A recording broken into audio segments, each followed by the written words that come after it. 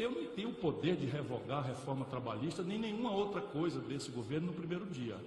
Portanto, é um nonsense absoluto.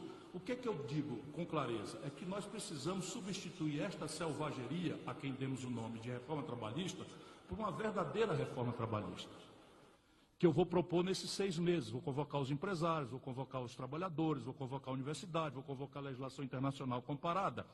E se eu puder pesar nesse debate, eu vou tentar ponderar o empresariado brasileiro, que jamais prosperou qualquer nação do planeta Terra, introduzindo no mundo do trabalho insegurança jurídica e insegurança econômica.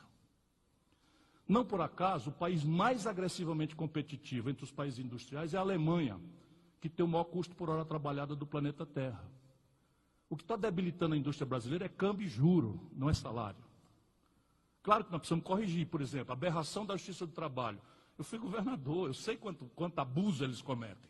Então, não se preocupe com isso. Eu vou proteger, quanto possível, na diretriz que eu der ao debate, mas o meu compromisso com as centrais sindicais é trazer essa bola de volta para o meio de campo. Até lá, nós não vamos mudar nada. Nós vamos fazer um debate de 6 meses.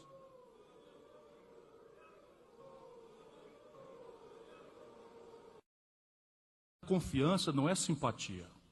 Confiança é você não mentir para o companheiro. Então, eu recebo aqui essas manifestações como uma expressão do equívoco. Bem intencionado, não duvido nenhum, equívoco. As pessoas imaginarem que vai ter capitalismo sem consumo de massa, o consumo de massa se afirma na renda do povo. Se não tem capitalismo sem consumo de massa, e não tem consumo de massa sem renda do povo. Isso é uma obviedade. A China acaba de passar o Brasil por custo por hora trabalhada. Isso é uma grande bobagem. Porque nós estamos deixando de barato um juro estúpido como esse que nós temos, não há vaias para isso. O Meirelles estava aqui, eu estava ouvindo o concorrente ali, não. Eu estava ouvindo o concorrente ali na coisa. O Meirelles parece que não estava em Marte, quando o Brasil concentrou 85%, aí vem falar em fintech. Concentrou 85% na mão dele, presidente do Banco Central com Lula, e eu contra. O Ceará, meu companheiro Robson, tinha 5 bancos quando eu era ministro da Fazenda, em 94. A carga tributária brasileira, quando eu fui ministro, cavalheiros e damas, especialmente os que me homenagearam aí com essa, não sei, tudo bem, respeito, faz parte, tal, mas repare bem, a carga tributária era 27% do PIB. Com o Fernando Henrique passou para 36,5%. A dívida pública com o Itamar, comigo, que tive o maior superávit primário da história do Brasil, vão no Google. 5,2% do PIB foi o superávit primário no ano 94. Eu, ministro da Fazenda, ano eleitoral, e o do último trimestre, que é o ano que se mais gasta tradicionalmente no Brasil, vamos ver quem fez o maior superávit. Eu comprei a dívida mobiliária do Ceará com 20 anos de antecedência no seu vencimento, porque trabalhava com o maior superávit primário do Brasil, nunca repetido por ninguém. Então, eu tenho uma certa autoridade para tratar os assuntos e olhar as coisas com um olho complexo. Vejam bem, 50 milhões de compatriotas nossos estão vivendo o pão que o diabo amassou, na informalidade e no desemprego.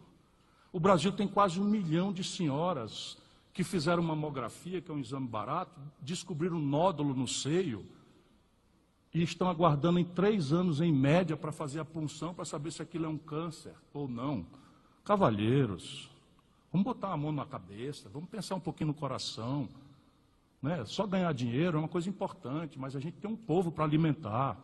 Nós temos uma gente para dar oportunidade, para ter dignidade, para trabalhar. E eu vou servir essa gente. A única forma de servir essa gente é fazer o Brasil que produz ser prestigiado. Só eu estou falando que vou ajustar a taxa de câmbio para organizar a competitividade sistêmica da economia brasileira. E tome pancada. Para começar, nós precisamos desconcentrar, impor aqui um choque de capitalismo no setor financeiro brasileiro. Por quê? Porque nós permitimos, nos últimos 15 anos, contra a minha opinião, quantas vezes escrevi, quantas vezes reclamei, e as pessoas acham que é porque eu sou zangadinho, não sei o que, sangue quente, não é nada disso, é que eu sou um estudioso, vivo dedicado ao Brasil a minha vida inteira. Então você tem hoje a menor Selic nominal dos últimos 20 anos e a taxa de juro real em elevação na ponta. Por quê? Porque a inadimplência explodiu e eles estão gravando no setor mais formal e que está adimplente o ônus e é uma brutal retração de crédito. Só tem um jeito. E aí vejam bem como o Brasil de novo tem sorte. Para a nossa grave surpresa, ou talvez dos senhores, mas não tanto minha, o Banco do Brasil e a Caixa Econômica participam dos jantares do oligopólio. Aí sim eu prometo, no primeiro dia o Banco do Brasil e a Caixa Econômica vão sair do oligopólio e vão começar a disputar cliente e share de mercado, descontando duplicata pela conta de custo de capital, mais a natural custos operacionais, mais uma rentabilidade em linha com o mundo. Isso quer dizer 0,75 para começar, contra um e-mail que tem hoje de desconto de duplicata ao mês, nós estamos falando aqui. Depois impor uma regulação das fintechs que não permita que o oligopólio tome conta.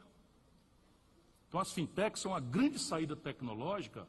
Lamentavelmente, aqui o risco é começarmos a internacionalizar o sistema financeiro, que eu não gostaria que acontecesse. Então as primeiras providências serão essas. Eu espero que elas sejam suficientes, senão outras serão tomadas. Mas algumas também acontecerão. Por exemplo, eu pretendo recapitalizar o BNDES, que foi completamente desmontado, e recriar a TJLP, que é minha filha. Eu que criei a TJLP quando ministro da Fazenda do presidente Itamar Franco. Assim como também criei, para forçar a desindexação de salários, atenção quem me vaiou, a participação dos trabalhadores nos lucros e resultados das empresas. Foi um amigo aqui, está lá a minha assinatura, né, quando ajudei a fazer o Plano Real. Portanto, eu estou absolutamente sensível, porque os dois preços centrais da economia que estão desindustrializando o Brasil são juro e taxa de câmbio. E eu vou agir pesadamente nesses dois preços centrais para devolver à indústria brasileira a capacidade de sobreviver e competir.